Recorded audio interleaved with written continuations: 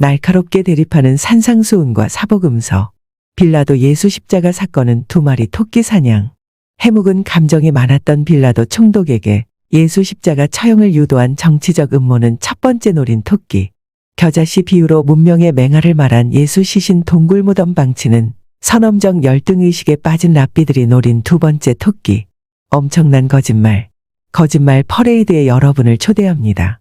인터넷에서 유포되고 있는 다큐멘터리 영화 한 편에 충격적인 내용 때문에 논란의 대상이 되고 있습니다. 2007년 6월 구글 비디오 사이트를 통해서 상영되기 시작한 영화 자이트가이스트, 한 시대의 지배적인 지적, 정치적, 사회적 동향을 나타내는 정신적 경향을 뜻하는 독일어 자이트가이스트 시대정신은 18세기 후반부터 19세기에 걸쳐 독일을 중심으로 등장하였습니다. 종전에 공개되지 않은 놀라운 비밀이라는 부제목에서 알 수 있듯이 1부 35분, 2부 75분, 3부 80분 동안 사건 뒤에 숨겨진 비밀을 폭로하고 있습니다. 1부 예수 신화는 조작됐다. 2부 9.11 테러 음모론. 3부 FRB 비밀. 역사상 가장 과장되고 거짓된 약속의 최고의 거짓말.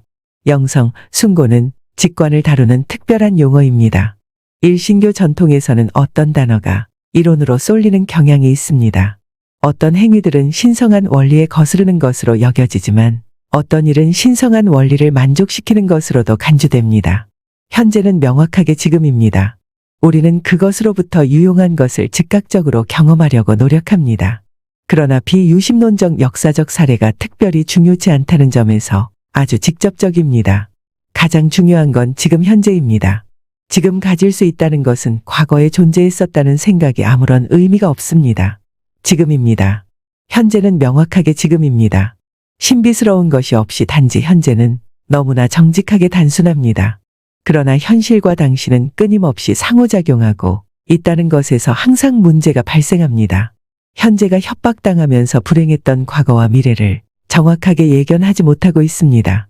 우리는 항상 과거에서 미래를 가져오려고 하지만 그것이 종교를 찾는 이유이기도 하지만 그것이 우리로 하여금 거리에서 행진하게 합니다. 또 그것이 세상을 향해서 불평하는 이유가 되는 것이고 대통령에게 투표하는 원인이 되기도 하지만 미래가 없는 지금이라서 역사의 아이러니가 성립되고 우리는 요지경 속에서 살고 있습니다. 종교는 세상 쓰레기 더미에 뿌리를 받고 있습니다. 그것은 결코 구원이 아닙니다. 우리는 어디서 왔는지, 무엇을 하고 있는지 연구하면 할수록 우리는 기만당해왔다는 것을 실감하게 됩니다. 우리는 모든 집단에 의해 철저하게 기만당해왔습니다. 왜 종교만이 유일하게 검증 과정을 거치지 않고 성역으로 남아있어야 하는지 생각해 볼 일입니다. 정부는 몰락한 교육을 제공하고 국제금융 카르텔을 조직한 사람들이 우리에게 종교를 만들어 주었습니다. 우리의 지배자들은 당신과 당신의 가족에 관심이 없습니다. 그들은 오로지 세상을 지배하는 데 전력 투구하고 있습니다. 우리는 진실하고 신성한 존재임에도 불구하고 신이라는 조잡하고 막연한 상상의 세계에서 살고 있습니다. 나는 신이 무엇인지 모릅니다. 그러나 신이 무엇이 아닌지는 알고 있습니다. 당신이 진실에 다가갈 수 있는 준비가 되어 있지 않았다고 하더라도 진실은 도망가지 않습니다. 사건 속에 숨겨진 진실은 언젠가 드러나기 마련입니다. 탐구에 열중하면 동력이 밝아오듯 모든 것이 명확해집니다. 빛이 없으니까 어둠 속에서 살게 되는 것이고 진실은 빛입니다. 진실은 기필코 찾아야 합니다. 진실은 당신에게 자유를 줍니다. 여러분, 터무니없는 이야기 하나 말씀드리겠습니다. 거짓말에 관한 얘긴데요. 엄청난 거짓말이 있습니다. 역사상 가장 과장되고 허망한 약속, 최고의 거짓말. 바로 메시아입니다. 종교는 학습을 통해서 거짓을 주입해왔습니다. 저기 하늘 위에 보이지 않는 한 남자가 있다고 합니다. 하늘에 거주하면서 당신의 모든 행동을 지켜보고 있습니다. 이 투명 인간은 당신이 하지 말아야 할 10가지의 특별한 목록을 갖고 있습니다.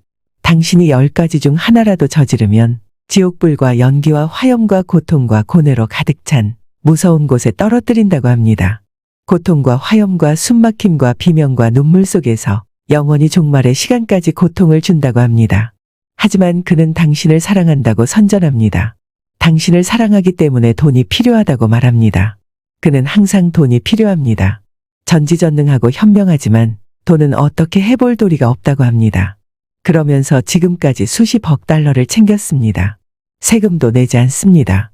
그런데도 자꾸만 돈 타령을 합니다. 돈을 벌기 위해서 지금도 성스러운 구라를 치고 있습니다. 시대정신 일부는 가장 위대한 동화 기독교입니다. 영화 시대정신은 예수를 단지 신화 속 인물로만 보고 있습니다. 정치적으로 양육된 문학적 산물이라고 이야기합니다. 그런데 아무리 생각을 해도 뒤끝이 찡찡한 아쉬움이 남습니다. 예수의 실존과 역사성에 대해서는 언급이 없습니다. 문명의 예수를 모르다니 아쉽다. 문명의 씨앗에 대해서 말한 예수. 자아발견과 정신력의 무한신뢰. 예수 천국은 문명세계의 비유적 표현. 중세의 암흑 속에서 창조의 씨앗을 심고 르네상스를 빛의 세계로 이끌어낸 문명 디자이너 다빈치는 작은 노트를 들고 다니면서 떠오르는 생각을 코덱스에 적거나 그렸습니다. 코덱스 글자를 뒤집어 썼기 때문에 일반인은 내용을 알 수 없었습니다. 왜? 거울에 비춰봐야 알 수 있도록 가꾸로 썼을까요? 가꾸로 쓸 수밖에 없는 그만한 사정이 있었습니다. 다빈치는 중세 암흑시대 한가운데 있었고 세정에 밝고 처세에 능한 사람이었습니다. 다빈치보다 40년 전 살았던 잔다크. 그녀는 서구 문화의 대표적 인물이면서도 이단 혐의로 종교재판을 받고 화형을 당했습니다. 다빈치보다 1세기 후에 살았던 갈릴레오도 종교재판을 받았습니다. 코페르니쿠스의 가설, 지동설을 옹호하면서 가르치다가 단죄를 받았습니다. 이처럼 난세에 살면서도 다빈치가 무사할 수 있었던 것은 코덱스를 가꾸로 썼기 때문이었습니다. 가꾸로 썼기 때문에 5세기 동안 외면당했다가 관심이 쏠리기 시작한 것은 1994년 무렵부터였습니다. 경매에 붙여진 해머 코덱스를 마이크로소프트사 회장 빌 게이츠가 3,080만 달러를 주고 구매한 다음부터였습니다. 중세의 암흑 속에서 창조의 씨앗을 심고 르네상스를 빛의 세계로 이끌어낸 레오나르도 다빈치. 인류의 문명사를 살펴보면 몇 가지 큰 도약의 시기가 있었고 성각자들도 있었습니다. 신약 성경 산상수훈에 숨겨진 예수의 천국도 코덱스와 쌍벽을 이루는 정신문화의 위대한 유산입니다. 예수는 비유를 통해서 자아발견과 정신력 무한신뢰를 사람들에게 가르쳤습니다. 창조적 발상의 원천이 되는 산상수훈이야말로 과거와 현재 그리고 미래로 이어지는 생각의 씨앗입니다. 그러나 현대의 예수 천국 은 열쇠가 있는데도 굳게 닫혀 있습니다. 닫혀 있을 뿐만 아니라 갖가지 버전으로 변질되고 있습니다. 학자들 간에 경쟁적으로 변질되는 예수 왜곡의 역사는 1900여 년 전 선엄정 열등의식에 빠졌던 랍비 니고데모와 닮은 꼴입니다. 결자해지 차원에서 서기 30년 예수 사건을 되돌아볼 필요가 있습니다. 문명의 맹아에 대해서 말한 것은 죄가 되지 않기 때문에 예수는 5번 재판을 받았습니다. 원로사지 안나스, 대제사장 가야바, 총독 빌라도, 헤롯 안티바, 총독 빌라도에게 다시 가서도 죄를 입증하지 못했습니다. 마가복음 14장 13절에 보면 예수가 어느 다락방에 가는 장면 묘사가 있습니다. 물 한 동이를 가지고 가는 사람 뒤를 따라 성내로 들어간 일행은 영락없는 첩보 영화의 한 장면입니다. 예루살렘에 도착한 예수는 배단이 사람들 환대를 받았습니다. 그들이 예수를 비밀 아지트로 유인했습니다. 다락방에 도착하고서야 그곳이 이단자 비밀 아지트인 것을 알고 예수는 급히 감람산에 가서 숨었습니다. 상황을 제대로 파악하지 못한 베드로가 따라가며 주여 어디로 가십니까? 하는 유명한 말을 했습니다. 훗날 폴란드 작가 헬리크가 주여 어디로 가시나이까? 구절을 가지고 커바디스 영화를 만들었습니다. 생명의 위험을 느낀 예수가 피신한 동쪽 감람산은 노숙자들도 기피하는 매우 지저분한 곳이었습니다. 성전에서는 양이나 염소를 도살하면서 피와 내장을 키드론 골짜기로 흘려보냈기 때문에 감람산은 까마귀 서식지였습니다.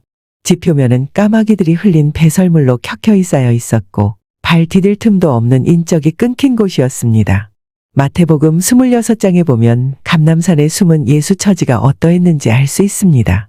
예수는 심히 고민하여 죽을 지경이었고 얼굴을 땅에 대고 엎드려 고민하고 있을 때 제자들은 잠만 자던 한심한 사람들이었습니다. 가롯 유다의 고발로 체포될 때 예수는 의미심장한 말도 했습니다. 내가 날마다 성전에 앉아 가르쳤는데 잡지 아니하다가 왜 강도를 잡는 것 같이 검과 망치를 가지고 와서 잡으려고 하느냐? 예수 사건 이전부터 부활한 그리스도 미신이 창궐했습니다. 원로사지 안나스와 성전 경비대장 요나단은 삼엄한 경기를 펴면서 수상한 자가 보이면 현행범으로 체포해서 본때를 보여주려고 벼르고 있었습니다. 원로사지 안나스 법정. 원로사제 안나스가 예수에게 두 가지를 물었습니다. 너의 제자들과 너의 교훈에 대하여 말하라. 나는 회당과 성전에서도 은밀한 것은 아무것도 말하지 않았습니다. 이렇게 말하면서도 예수는 다락방에 가게 된 경위를 말하지 않았습니다. 베드로가 멀찍이 쫓아 집에 들어갔다가 하인들 의심을 샀습니다. 당신도 갈릴리 예수와 함께 있었다. 나는 내 말하는 것이 무엇인지 알지 못하겠다. 이 사람은 나사렛 예수와 함께 있었다. 맹세하고 또 부인하면서 나는 그 사람을 알지 못한다. 너도 그 당이다. 내 말 소리가 너를 표명한다. 베드로가 저주하고 맹세하면서 나는 그 사람을 알지 못한다. 이렇게 말하고 주랭랑을 쳤습니다. 대제사장 가야바 법정. 시온산 중턱에 살고 있던 가야바는 지난밤에 장인 안나스가 수상한 자를 체포했다는 보고를 받은 바 있었습니다. 가야바는 마음을 느긋하게 먹고 무리 앞에 섰습니다. 죄인에 대한 신문은 이미 끝이 났을 것이고 요식행위에 불과한 수순을 밟으면 됩니다. 이런 관행에 대해서 편하게 생각을 하면서도 간혹 기분 나쁠 때도 있었습니다. 무리 중에서 예수를 발견한 가야바 입에서 탄식이 흘러나왔습니다. 세상에 이럴 수가. 가야바는 며칠 전부터 성전뜰에서 예수가 무슨 말을 하는지 눈여겨봐서 이미 알고 있었습니다. 성전뜰에서는 누구나 이야기를 할 수 있었습니다. 그러나 성전경비대 레위인들이 수상한 자를 체포했기 때문에 아무나 나설 수 없는 분위기였습니다. 예수는 비유로 자아발견과 정신력 무한신뢰를 말했기 때문에 가야바는 자신도 모르게 탄식이 흘러나왔습니다. 무리 중에서 누군가가 큰 소리로 말했습니다. 이 자가 성전을 비방하고 거룩한 분의 이름을 모독했습니다. 예수를 유대 광야의 수도원 에세네파 패거리라고 말했습니다. 무슨 오해가 있을 거라고 판단한 가야바는 무리를 남겨두고 안나스 집으로 달려갔습니다. 그 사람에게는 죄가 없습니다. 제가 며칠 전부터 유심히 봤습니다. 가야바 말이 끝나기 무섭게 안나스가 위압적인 목소리로 말했습니다. 불법을 행하는 자들과 함께 다락방에 갔다가 감람산에 숨은 걸 잡아왔네. 그래도 죄가 없다고 말할 수 있겠는가? 속아서 갔을 겁니다. 죄가 있었으면 경비대장 요나단이 벌써 감옥에 넣었습니다. 나도 그 점이 이상해서 몇 가지를 물어봤네. 그런데 자기는 나쁜 말을 한 적이 없다고 말하면서도 다락방에 가게 된 경위를 말하지 않았네. 그것 보세요. 속아서 간 겁니다. 가야바가 변호하니까 화를 내면서 다시 말했습니다. 이번 기회에 경각심을 높여야 하네. 한 사람이 죽어서 온 민족이 망하지 않게 되는 것이 유익하다고 생각하게 안나스를 설득하려다가 되레 설득을 당한 꼴이 된 가야바가 집에 돌아오니까 무리는 어디론가 가고 없었습니다. 빌라도 법정 1차. 가야바가 안나스를 만나러 간 사이에 당신들 말고도 죄를 줄 사람은 얼마든지 있다면서 고발의 무리는 안토니오세의 빌라도 총독에게 갔습니다. 그곳에 가서는 예수가 인두세를 내지 말자고 선동했다면서 고발했고 그 말에 속을 총독이 아니었습니다. 어느 지역 사람인가 묻고 때마침 헤롯 궁전에 와 있던 안티바에게 가라고 했습니다. 인두세는 세금 청부업자 소관이었습니다. 안티바는 갈릴리 지역 세금 청부업자였고 그곳에 가서 죄의 유무를 따지라고 보냈습니다. 헤롯 안티바는 세금 청부업자였고 예수가 인두세를 내지 말자고 선동한 사실이 없기 때문에 안티바에게 가서는 죄명이 바뀌었습니다. 이 자가 유대왕을 사칭했습니다. 안티바는 이미 예수를 알고 있었기 때문에 그 말에 속을 사람이 아니었습니다. 존재하지도 않는 유대왕을 사칭했다면 그것은 로마 황제를 능멸하는 것일세. 다른 데 가서 알아보게. 이렇게 말한 다음 더 이상 상대하지 않으려고 했습니다. 이때가 오전 10시 무렵이었습니다. 빌라도 법정 2차. 빌라도 총독을 다시 찾아갔을 때 예수는 유대왕을 사칭한 자로 죄명이 바뀌었습니다. 인두세 반대에서 왕을 사칭한 자로 죄명이 바뀌었는데도 총독은 사태의 심각성을 인식하지 못하고 가벼운 매질을 하고 방면하려고 했습니다.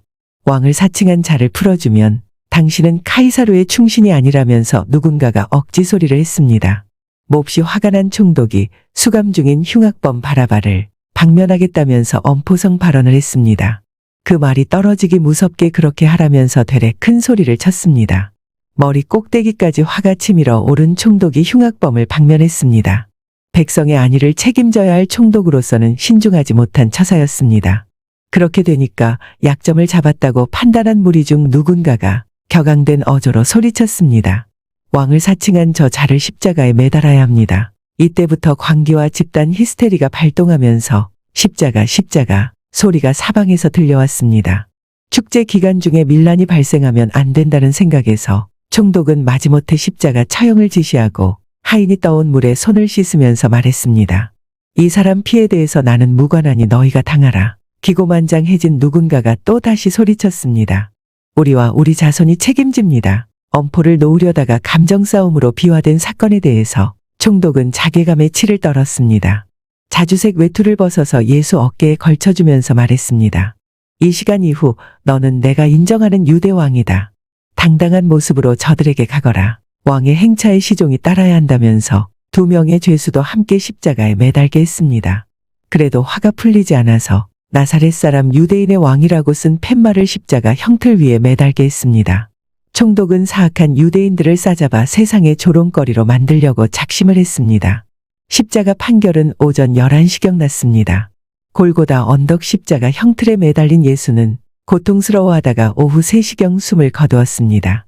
오후 4시경 안토니오세에서 대민 업무를 보는 아리마대 요셉과 니고데모가 총독에게 예수 시신을 달라고 했습니다.